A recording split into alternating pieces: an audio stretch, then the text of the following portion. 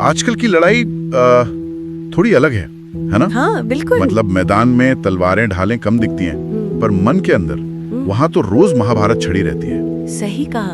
शक, हद से ज्यादा सोचना, फिक्र, और वो क्या होगा अगर वाले अनगिनत सवाल। सुबह उठते हैं पूरे जोश और प्लान के साथ, दोपहर होते होते समझ नहीं आता कि करें क्या। हाँ ये होता है। खुद पर ही शक होने लगता है, या बस बिना किसी खास वजह के थकान महसूस होती है। बिल्कुल। ये जो अंदर की उथल पुथल है, मन का जैसे जाम हो जाना, ये कुछ वैसा ही नहीं जैसा अर्जुन ने महसूस किया होगा कुरुक्षेत्र में। बिल्कुल। सोचिए ना, अर्जुन जैसा महारथी जिसके तरकश में दुनिया भर के मतलब दिव्यास्त्र थे। हाँ। वो हथियारों से नहीं, अपने ही अंदर उठ रहे सवालों और भावनाओं के बोझ से कांप रहा था। एक ऐसे मोड़ पर खड़ा था जहां आगे बढ़ने का रास्ता ही धुंधला गया था। और ठीक इसी मोड़ पर कृष्ण सामने आते हैं। हाँ, नहीं, एक तरह से लाइफ के लिए गाइड है जो समय के साथ पुरानी नहीं पड़ती। सही। और आज हम जिस लेख के जरिए से समझ रहे हैं कृष्ण का अर्जुन को उपदेश, आंतरिक युद्धों पर विजय, वो इसी बात पर रोशनी डालता है। अच्छा। कि भगवत गीता आज की भाग दौड़ और ये जो मानसिक कश्मकश है उसमें कैसे रास्ता दिखा सकती है। तो फिर आज की इस बातचीत का मकसद साफ है, ये देखना कि हजारों साल पुराने कृष्ण की ये सीख आज हमारे अंदर चल रहे युद्धों को शांत करने में कैसे मददगार हो सकती है। हाँ बिल्कुल। कुछ ऐसी बातें निकालना जो दिमाग को भी समझ आए और दिल को भी छू जाएं। चलिए इसी खोज में आगे बढ़ते हैं। तो सबसे पहली और शायद सबसे ज्यादा चर्चा में रहने वाली बात जो गीता सिखाती है वो है अनासक्ति। वो श्लोक 2.47 अक्सर सुनने को मिलता है, कर्मण्य अधिकारस्ते मा फलेषु कदाचन। जी। मतलब तेरा अधिकार सिर्फ कर्म करने में है, उसके फल में कभी नहीं। सुनने में तो आसान लगता है, पर आजकल की दुनिया में मुश्किल है, जहाँ हर चीज नतीजों पर टिकी है। सही कहा। हम ऐसी दुनिया में जी रहे हैं जहाँ क्या हासिल किया, बस यही सबसे बड़ा पैमाना बन गया है। हाँ। डेडलाइन पूरी हुई, प्रमोशन मिला, सोशल मीडिया पे कितने लाइक्स आए। बिल्कुल, हम लगातार नतीजों के पीछे भाग रहे हैं। और जब नतीजा उम्मीद जैसा नहीं होता तो सीधे निराशा हाथ लगती है। हाँ, सारा ध्यान फल पर टिका रहता है, तो कर्म का आनंद कहाँ? कृष्ण यही एक बहुत गहरी बात कहते हैं। देखिए, वो ये नहीं कह रहे कि कर्म करना छोड़ दो या किसी चीज की परवाह मत करो। अच्छा। वो कह रहे हैं कि नतीजे से जो एक चिपकाव है, एक जुनून है, उससे मुक्त हो जाओ। सोचिए, जब कोई काम सिर्फ उसे करने के मजे के लिए किया जाए, दिल लगाकर, हाँ, तो फिर कामयाबी या नाकामयाबी आपकी खुशी या दुख की वजह नहीं बनती। अच्छा। आप अपना बेस्ट देते हैं और फिर नतीजे को ईश्वर पर या किस्मत पर छोड़ देते हैं। ये उदासीनता नहीं है। नहीं, बिल्कुल नहीं। ये एक तरह की भावनात्मक स्थिरता, इमोशनल मैच्योरिटी। ये बात तो सोचने वाली है कि नतीजे की चिंता छोड़ने से शायद काम और बेहतर हो जाए, क्योंकि मन पर दबाव कम होगा। हाँ, हो सकता है। ये पीछा करना छोड़कर बस उस पल में उस काम में पूरी तरह होने जैसा है। बिल्कुल। आज की बर्नआउट वाली संस्कृति में ये नजरिया तो बहुत जरूरी लगता है। बहुत सादा। और जब हम कर्म की बात कर रहे हैं तो सवाल उठता है कि कौन सा कर्म, है ना? हाँ। यहीं पर दूसरा सिद्धांत आता है, अपने उद्देश्य की स्पष्टता, जिसे गीता धर्म कहती है। धर्म। हाँ, श्लोक 3.35 याद आता है, स्वधर्मे निधनम श्रेया पर धर्मो भयावह। इसका मतलब अपने स्वभाव या कर्तव्य के रास्ते पर चलते हुए मरना भी बेहतर है, बजाय इसके कि किसी दूसरे के रास्ते पर चलकर सफल हो जाए। ओह, अर्जुन की दुविधा भी तो यही थी ना? हाँ बिल्कुल। ऐसा नहीं था कि उसे लड़ना नहीं आता था, वो तो युद्ध कला में माहिर था। जाहिर है, मसला ये था कि जिनसे लड़ना था वो उसके अपने थे, गुरु, भाई, रिश्तेदार। उसका दिल गवाही नहीं दे रहा था, उसकी भावनाएं, उसके कर्तव्य, उसके धर्म पर हावी हो रही थी। और क्या ये उलझन हमें रोजमर्रा की जिंदगी में महसूस नहीं होती? होती है। कई बार हम ऐसे रास्ते चुन लेते हैं जो बाहर से देखने में बहुत अच्छे लगते हैं। हाँ, समाज में जिनकी वाहवाही होती है। बिल्कुल, पर अंदर से खोखलापन महसूस होता है। सही। माता पिता की उम्मीदें, समाज का दबाव, सोशल मीडिया पर दिखने वाली कामयाबी। हाँ, इन सब के शोर में हम अपनी अंदर की आवाज सुनना भूल जाते हैं। तो कृष्ण का इशारा यह है कि असली स्पष्टता दूसरों को खुश करने में नहीं है, नहीं, बल्कि अपने असली स्वरूप, अपनी प्रकृति के साथ जुड़ने में है। हाँ बिल्कुल, अपनी वास्तविक प्रकृति के साथ अलाइन होने में। अपना धर्म या अपना असली रास्ता हमेशा आसान या आरामदायक हो ये जरूरी नहीं। अच्छा। हो सकता है उसमें चुनौतियां हो, मुश्किलें हो, लेकिन वो रास्ता अपना होता है। हाँ, ये बात है। और उस अपने रास्ते पर चलना, भले ही लड़खड़ाते हुए, किसी और की नकल करके परफेक्ट बनने की कोशिश से कहीं ज्यादा सुकून देता है। ये अपनी कहानी जीने जैसा है, भले उसमें कुछ पन्ने अधूरे हों। अपनी कहानी जीना, ये बात दिल को लगती है, लेकिन मन का क्या करें? हाँ, ये बड़ा सवाल है। ये तो हर पल भागता रहता है, चिंताएं घेर लेती हैं। यहीं पर तीसरा सिद्धांत काम आता है, चिंता को संभालना, मन को मौजूदा पल में टिकाना। बिल्कुल। गीता 6.35 में कृष्ण खुद मानते हैं, ये बात मुझे बड़ी अच्छी लगी। हाँ, क्या?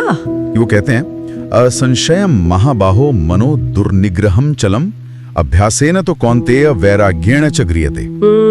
यानी हाँ अर्जुन, मन बहुत चंचल है, इसे काबू करना मुश्किल है, लेकिन अभ्यास और वैराग्य से इसे वश में किया जा सकता है। और ध्यान देने वाली बात यह है कि कृष्ण अर्जुन को डांट नहीं रहे नहीं कि तुम्हारा मन इतना क्यों भटक रहा है, वो स्वीकार कर रहे हैं। हाँ, उसे मान रहे हैं। हाँ, कि मन की प्रकृति ही ऐसी है, बेचैन, भागने वाला। ये कितनी बड़ी राहत की बात है ना? बहुत बड़ी। आजकल हम अक्सर अपने जीवन से ज्यादा अपने ख्यालों में जीते हैं। सही कहा। सोचते रहते हैं, उन बातों की चिंता करते हैं जो हुई ही नहीं, हर बुरी संभावना का बोझ उठाए घूमते हैं। बिल्कुल। और कृष्ण इसका समाधान बताते हैं, मन को दबाना नहीं। अच्छा, तो क्या? बल्कि उसे देखना, बिना उससे चिपके, अनुशासन के साथ। हाँ। आज जिसे हम माइंडफुलनेस कहते हैं, या इमोशनल रेगुलेशन, या ग्राउंडिंग तकनीकें। हाँ, ये सब शब्द सुनते हैं। कृष्णा हजारों साल पहले यही तो कह रहे थे।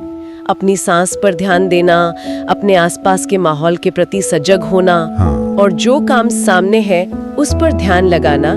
ये छोटे छोटे अभ्यास मन के तूफानों को शांत करने में मदद करते हैं। मतलब ये नहीं कि चिंता कभी होगी ही नहीं। नहीं, बिल्कुल नहीं। चिंता महसूस होना तो मानवीय है। ठीक है। लेकिन कृष्ण का रास्ता ये सिखाता है कि उस चिंता को अपनी पहचान न बनने दें। अच्छा। उसे इतना हावी न होने दें कि वो हमें अंदर से पंगु बना दे। समझ गया। ये उस लहर को देखने जैसा है, बजाय उसमें डूब जाने के। ये अभ्यास और वैराग्य वाली बात फिर से अनासक्ति से जुड़ती है। हाँ, बिल्कुल। और कर्म करने की जरूरत से भी, क्योंकि कई बार हम सही वक्त या पूरी स्पष्टता का इंतजार करते रह जाते हैं। हाँ, और कुछ कर ही नहीं पाते। बिल्कुल। यही चौथा सिद्धांत आता है, कर्म करना शुरू करने के लिए परफेक्ट पल का इंतजार न करना। गीता 3.8 कहती है, नियतम करु कर्म त्वम कर्म ज्यायो ह्य कर्मणा शरीर यात्रा पिचते न प्रसिद्धेत अकर्मणा। जी। यानी अपना तय कर्म करो, क्योंकि कुछ न करने से तो कुछ करना हमेशा बेहतर है। हाँ। बिना कर्म के तो शरीर का गुजारा भी नहीं चलेगा। अर्जुन युद्ध भूमि में खड़ा था, लेकिन लड़ने की बजाय सवालों में उलझा हुआ था। हाँ। कर्तव्य सामने था, पर मन में निराशा थी, एक तरह की जड़ता आ गई थी। और कितनी बार हम टाल मटोल करते हैं, सोचते रह जाते हैं, सही समय का इंतजार करते हैं। बहुत बार लगता है जैसे जब तक सब कुछ साफ साफ पता न चल जाए तब तक कदम बढ़ाना ठीक नहीं। कृष्ण इस हिचकिचाहट को तोड़ते हैं। वो कहते हैं, कर्म करो बस। हाँ, बस कर्म करो। भले ही अनिश्चितता हो, भले ही रास्ता पूरी तरह साफ ना दिखे, भले ही शुरुआत में गड़बड़ी लगे।